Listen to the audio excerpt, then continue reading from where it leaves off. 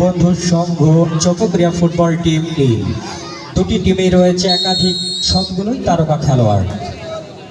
কোন দল এই পর্যন্ত কিন্তু গোলের দেখা পাননি। আজকের এই গ্র্যান্ড ফিনালে কোন দল তাদের সেরা খেলা উজাড় করে দিয়ে চ্যাম্পিয়ন হবার গৌরব অর্জন করবেন সেটি দেখতে হলে শেষ মুহূর্ত পর্যন্ত চোখ রাখতে হবে। এক্ষেত্রে কিন্তু শাকিল দেখার মতো একটি হেড ছিল। গোলকিপার প্রদীপ এই আক্রমণটিকে কিন্তু ডিজেবল করে দিলেন।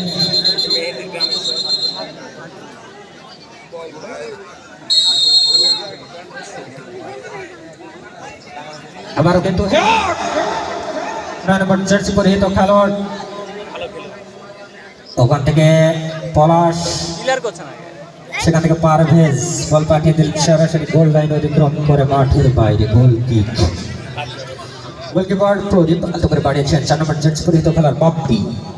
এই ক্ষেত্রে কিন্তু আননেসেসারি শট, অপ্রয়োজনীয় শট, বল পাঠিয়ে দিয়েছেন সরাসরি গোল লাইন অতিক্রম করে মাঠের বাইরে।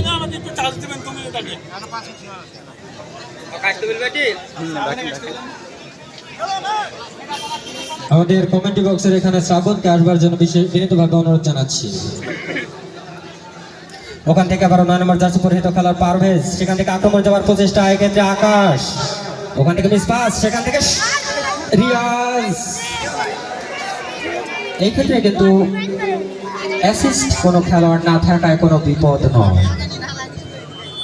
লং বাড়িয়েছেন ওখান থেকে আরিফ, সেখান থেকে জাহিদ, ভাসানো শট, ওখান থেকে আবার মোমেনুল, বাইসাইকেল শট, সেখান থেকে জয়, আবার ব্যাকহিল শট, ওখান থেকে 5 নম্বর জার্সি পরিহিত খেলোয়াড় আলমগীর, সেখান থেকে কিন্তু আক্রমণে যাওয়ার প্রচেষ্টা, বল পাঠিয়ে দিচ্ছেন আবার একটা লাইন অতিক্রম করে মাঠের বাইরে।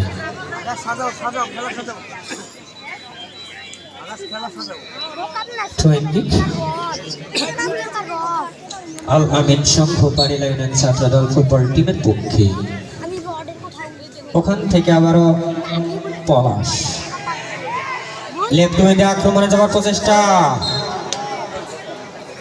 পারভেজ সেখানে বাধা প্রদান করলেন, বল পাঠিয়ে দিয়েছেন আবারও টাচ লাইন অতিক্রম করে মাঠের বাইরে। সেখান থেকে আকাশ ব্যাকপাস করেছেন 5 নম্বর জার্সি পরিহিত খেলোয়াড় আলমগীর, বলে দখল নিয়ে forward shot, chest receive, receiving the ball 2 number jersey পরিহিত খেলোয়াড় আরিফ,